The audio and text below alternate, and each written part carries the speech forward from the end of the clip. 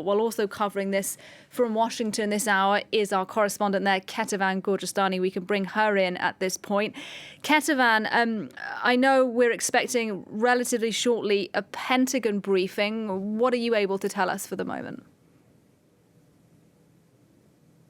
Well, so far, the only official public comment has been from the press secretary of the Pentagon, John Kirby, who tweeted just moments earlier that he was confirming that there had been an explosion at Kabul airport. But so far, they didn't have more details about casualties. Of course, here the question is, are there any Americans in these injured or casualties from that explosion? That Pentagon press briefing was actually already planned before news of the explosion came out. They've been having at least one, sometimes two Pentagon press briefings per day over the past week.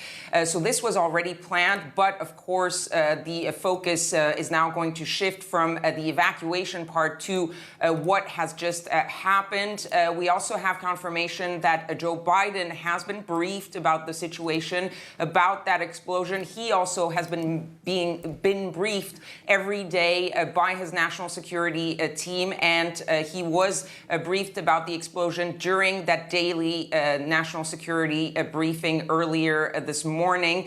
So far, not much more information coming from the United States, but this, what is happening right now, is exactly what the White House, what the Biden administration had been warning for several days. One of the reasons they said that they wanted to get out as quickly as possible is that the more they stayed, the more the possibility of any type of violence or of an explosion was getting higher, and that is exactly why they wanted to get out. They wanted to get out quickly in order to avoid any possible attacks if this is indeed an attack. And so the messaging over the past few days from the administration had been exactly that. We need to get out very quickly. You also had several security alerts over the past few days from the U.S. State Department towards those Americans in Afghanistan, in Kabul, over the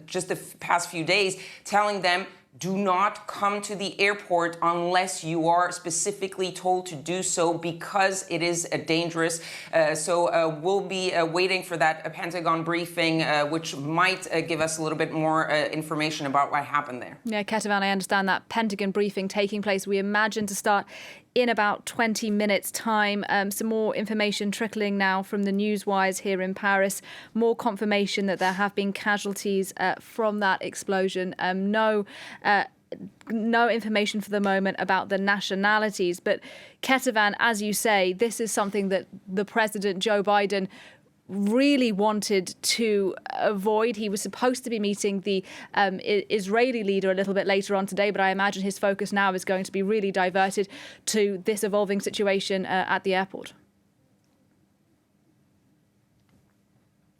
Yes, this is definitely colliding with the planned schedule for the president. But yes, this is really something that they were very worried about, because we saw over the past week, basically, gradually in the different speeches that Joe Biden made, in the different press briefings, whether it was from the State Department, from the Pentagon, from the press secretary at the White House, increasingly we were hearing about this worry about a possible threat.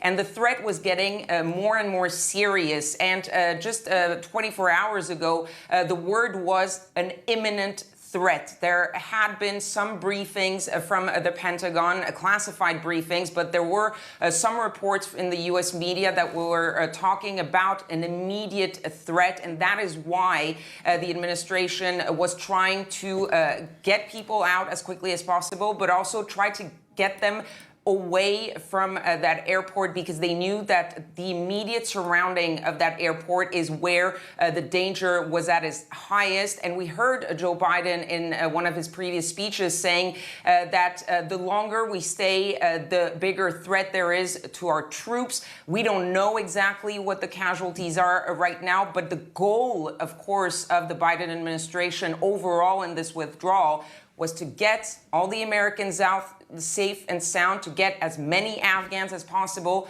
safe out of Afghanistan, and of course, to get all the U.S. troops safely out of Afghanistan. They haven't had any U.S. casualties in many months, and they want to get out by August 31st without another casualty. And so their focus really had shifted from this evacuation and trying to get over the chaos of what was happening to getting that evacuation done as quickly as possible. And that's why you saw the president refuse to balk to the pressure to sort of extend that deadline past August 31st.